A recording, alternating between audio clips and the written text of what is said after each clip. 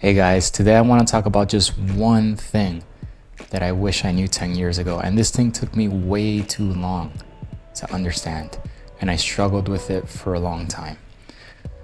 What that is I and you crave self-love and self-trust.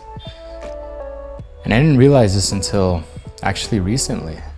I didn't realize that I was doing a lot of things that would get me attention from other people. I would try to get noticed, get seen, get heard. But the entire time, all I wanted was my own respect. I wanted to be able to look in the mirror and say, I love you. I wanted to be able to keep my word to myself. I wanted to be able to know that if I said something, I would follow through on it. Not only to other people, because I think that's easier. You know, if you tell your boss you're gonna meet a deadline by Friday, you'll get the deadline done. Or if you tell your friend you want to meet them at 6 o'clock, it's pretty easy to get there at that time. But it's more about me telling myself that I'm going to wake up early today. Me telling myself that I'm going to eat healthier. Me telling myself that I'm going to go for a run, that I'm going to read this book, that I'm going to meditate, that I'm going to do yoga, that I'm going to stretch, that I'm going to invest in my intellectual abilities by attending a course, right?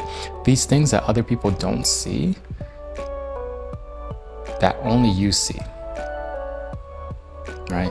These little commitments that you make to yourself without realizing the impact that it has when you break those commitments, right? Like, it's really easy to say, okay, well, I said I'd go for a run today, but I'll just do it tomorrow. And subconsciously, I realize that impacts me so much because it's telling myself that I can't trust myself, right?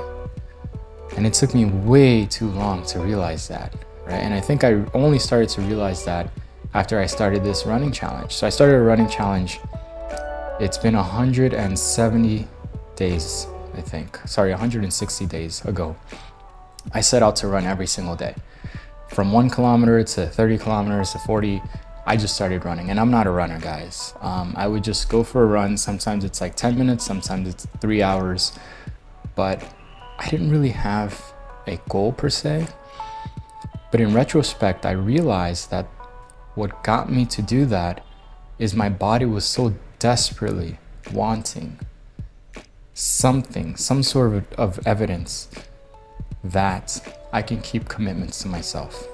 And I remember towards the first month, I made a video, on my Instagram, where I said, you know, the reason why I do this is because I want to tell myself that I'm keeping my promises to myself.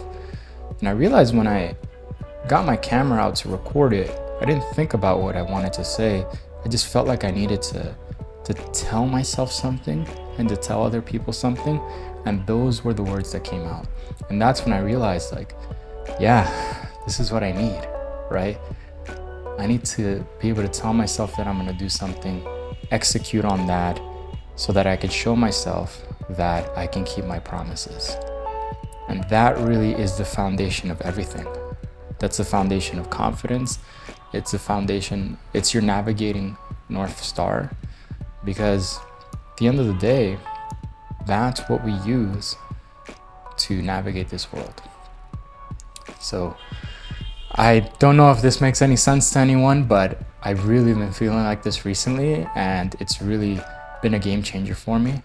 And I hope that this is helpful for anyone. Just remember, like, what's most important in this world is not, you know, these trips or getting a lot of money. I mean, all that stuff is nice, but if you don't love yourself or trust yourself, then what's the point of it all? You'll have all those things, but you still feel empty, right? And I think we're all conditioned to want those things, and I get it, right? Like, we need to meet our basic needs.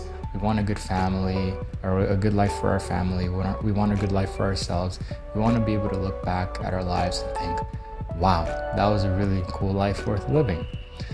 But I think when we're doing all the calculus, you know, when we're 80 years old or whatever, looking back at our lives, I don't know if I'm gonna measure my life on the number of trips that I took or the amount of money I had in my bank account.